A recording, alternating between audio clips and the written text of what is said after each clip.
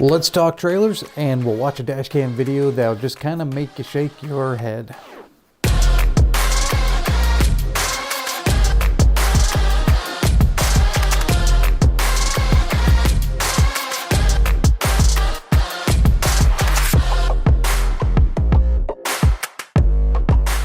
Hello, welcome to Safety Update with Sam. I, of course, am Sam, safety supervisor of Meiborg and Silver Arrow.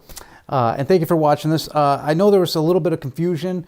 Last week I had a number of you reach out and say, what's the cool new stuff that you're doing with the videos?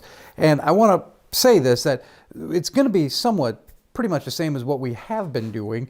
Now we are going to do some different cool things, some ideas that I've got, and I'll share one with you at the end of this video, so you'll just have to stick around.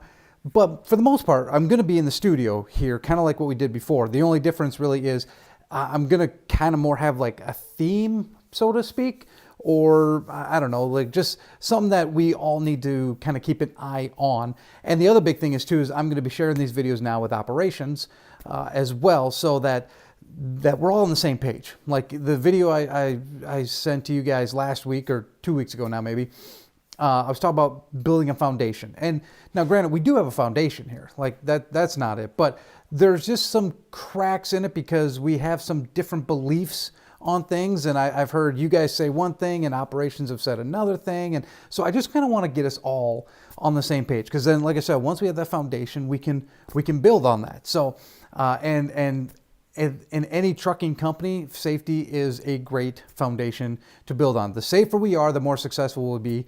And I can prove that. I can. If you are a safe driver, you will be a successful driver. And that's what I want to kind of get across to everybody, just not even you guys, because, you know, majority of you are doing everything very safe, and I appreciate that. But I want to make sure operations is all on the same page. Like, this is what we're talking about. This is what we're focusing on, and things like that. So again, there's not going to be like this big wow, like new studio or special effects or, you know, pyrotechnics or anything like that. Maybe I might blow something up later. Who knows? It's my show. I can do whatever I want. But yeah, it's going to be more focused on everybody as a company, as a whole, and what we should be looking for and what we should be doing. So with that, this week, we're going to be talking about trailers, okay? We all know them. We all love them. They're the big, long things behind the trucks, in case you didn't know that. If you didn't know what a trailer was, come see me, okay? Anyways, we're going to talk about trailers because there have been a couple things that we need to address with them. First and foremost, I know I've said it before. I got to say it again. If you're pulling a load that has nails in it, you need to pull those nails up, okay? Do not leave that trailer for the next guy, okay? That is incredibly rude, and it's just a horrible thing to do. If it's your load, your trailer, pull those nails up. I know sometimes they're hard and and it's just not fun. I get it, and time is money. I get that, I really do. But if you're on a load that you have nails on, pull them up. Do not leave them for the next guy. The other problem with that is if you don't pull them up and the next guy doesn't notice that, and we go get loaded and the shipper doesn't notice that, we could have some damaged cargo. We have already had some damaged cargo. Loading some stuff in, didn't see a nail, snags the cargo, all of a sudden, boom, Meiborg, has to pay for that cargo now because we didn't pull all the nails up. So make sure that you are doing that. Make sure you're pulling the nails up. If I get, because I'll get, 3 to 4 calls a week of guys who will pick up trailers and there's still nails in them. We're going to go back and we're going to look to see who had those trailers. As a one-man safety crew, sometimes it's difficult for me to get on that because there's just a lot going on. But that is one thing now that I'm going to be focusing on, is that if I hear or if I get reports that there's nails in the trailer, I'm going to be going back and seeing who had that trailer. We have that record. So it's best for you to just start pulling those nails up and make sure that the trailers are cleaned out. Now, also with trailers, again, 3 to 4 times a week, I'll get a call from a driver saying, hey, there's damage to this trailer. They go to pick up a preloaded trailer and they say, hey, there's damage here to this. Make sure that if you are preloading a trailer and dropping it, that you do a post-trip on that trailer, okay? Make sure that you do a walk around, take a look. I do not trust shippers at all. they have, I don't know what's going on with them, but they have become just really bad at what they do. They're overweight on axles, and they're beating up our trailers pretty good. Make sure that you do a post trip on that trailer, okay? And on the flip side, if you are picking up a preloaded trailer, make sure that you're doing a pre-trip on it, and do a pre-trip on the empty trailers too. But a lot of times guys will just kind of assume that a preloaded trailer is good to go.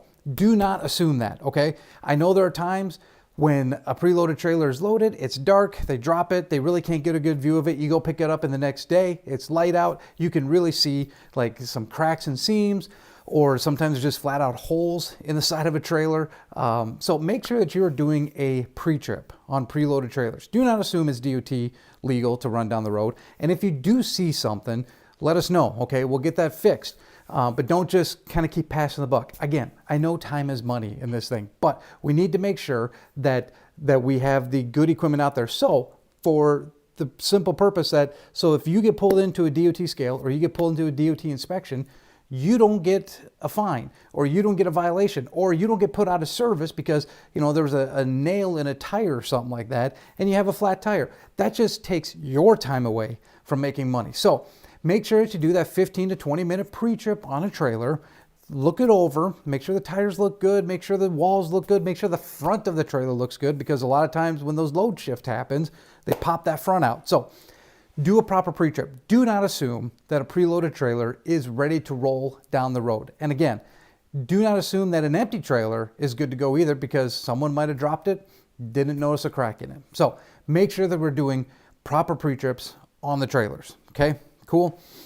And then one other thing with trailers before we get to the dash cam is make sure that the cables from the truck to the trailer, the air lines, the electrical lines, all this stuff, make sure that they're not scraping the catwalk, okay? Make sure that they are hanging loose and not touching anything, because if they are, that's a DOT violation. Now they're on bungees right now on the back of the trucks, or lines or something like that. If we need to tighten those up, we can. Okay, just let us know, let the shop know. They can tighten that up. I know there's some methods that you guys can do out on the road to kind of tighten them up as well. Cool. Just make sure that they are not hanging and scraping any part of the truck, because that could eventually rub a hole in the line. Then you got an air leak, or your light electrical goes out. And then again, you're stuck at a DOT weigh station or DOT inspection, you're getting a fine, or you're getting a violation, or being put out of service. And that's just something that nobody needs, okay? So make sure, again, to recap, make sure that you're pulling all the nails out. Make sure you're doing pre-trip and post-trips on the trailers when you drop them and pick them up. And make sure that the lines between the truck and the trailer are not scraping, okay? If you have any questions about that, let me know. Cool? All right, so now let's watch some dash cam footage.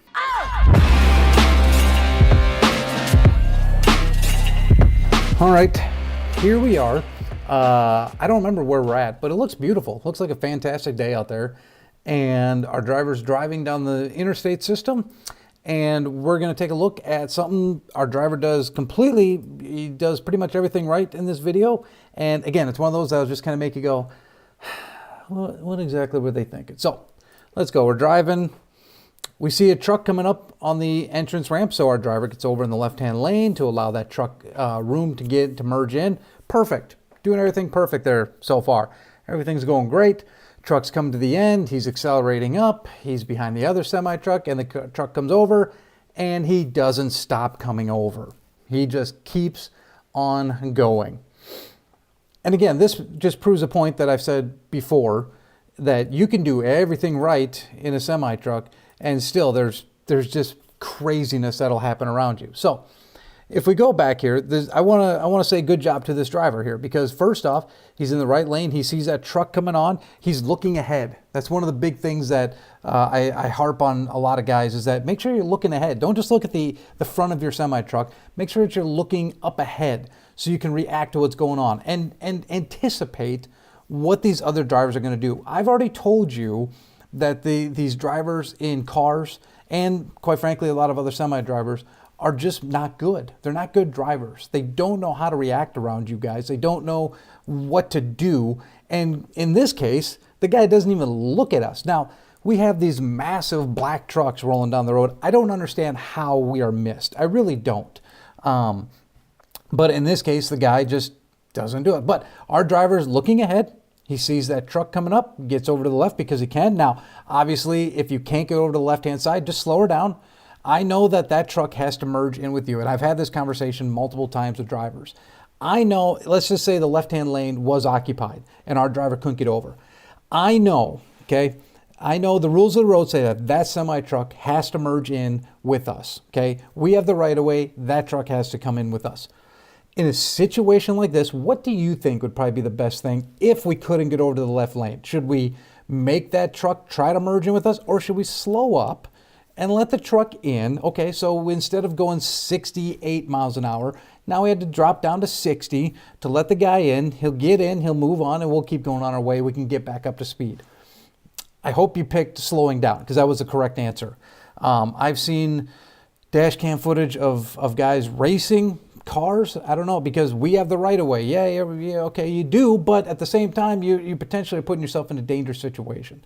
So in a situation like this, the left lane was open, so we went over. But if it wasn't, slow down. Let that pickup truck in, let him merge, let him get on his way. But in this case, we did everything right. Got over to the left, the pickup truck comes in.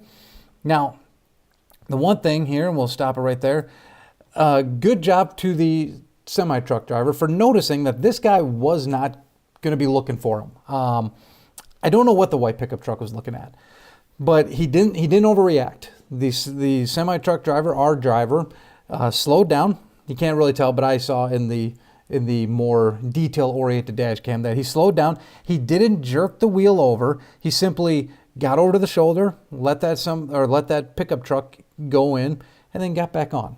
That's the biggest thing that I want to reiterate to you guys too, is if you find yourself in a situation where you've got a crazy car or pickup truck driver, do not overreact. Okay, when you overreact, that's when bad things happen. Okay, now, at the same time, do not play chicken with that pickup truck driver. Just like our guy did, just back her down. Back her down, get out of his way. He'll move on. Guess what? I haven't confirmed this yet, but I guarantee you that pickup truck driver and that semi-truck driver, our guy, have never seen each other since this incident, and they'll never see each other ever again.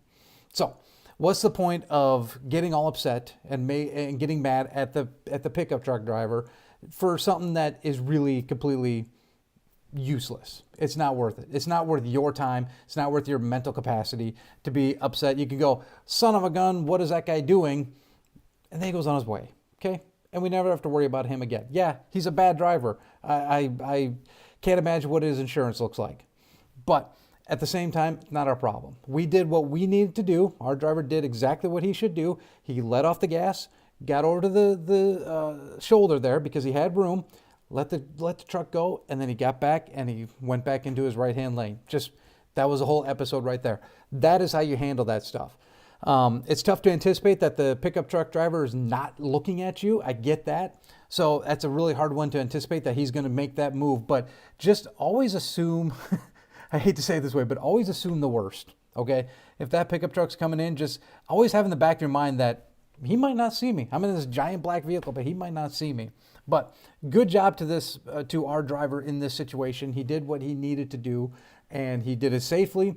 He did it without, jerking the wheel, slamming the brakes, or anything like that. He pulled off a very good evasive maneuver and saved the equipment, saved the cargo, and was able to go on his way. So, perfect. That's the way you do it. And again, just don't trust those cars out there. I don't know if they know what they're doing. I don't know. I can't do it. But anyways, so again, if you have any questions about anything we talked about here today, feel free to reach out to me. My contact information is at the bottom there.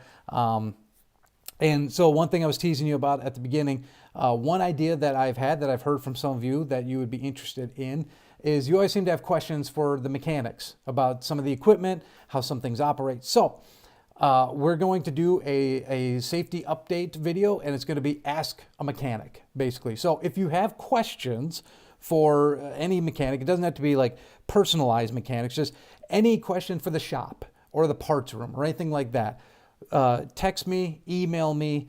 Don't call me because I'm not going to write it down, but text me or email me any questions that you might have. And soon we will have a Ask the Mechanic or Ask the Shop safety update where you can get some of your questions answered. And yeah, so if you do have questions, email me, text me. My phone number at the bottom here. Also, you can text that. That goes right to my cell. So text or call it. But yeah, so if you have questions for the shop, let me know, okay? And as always, make sure that you drive safe.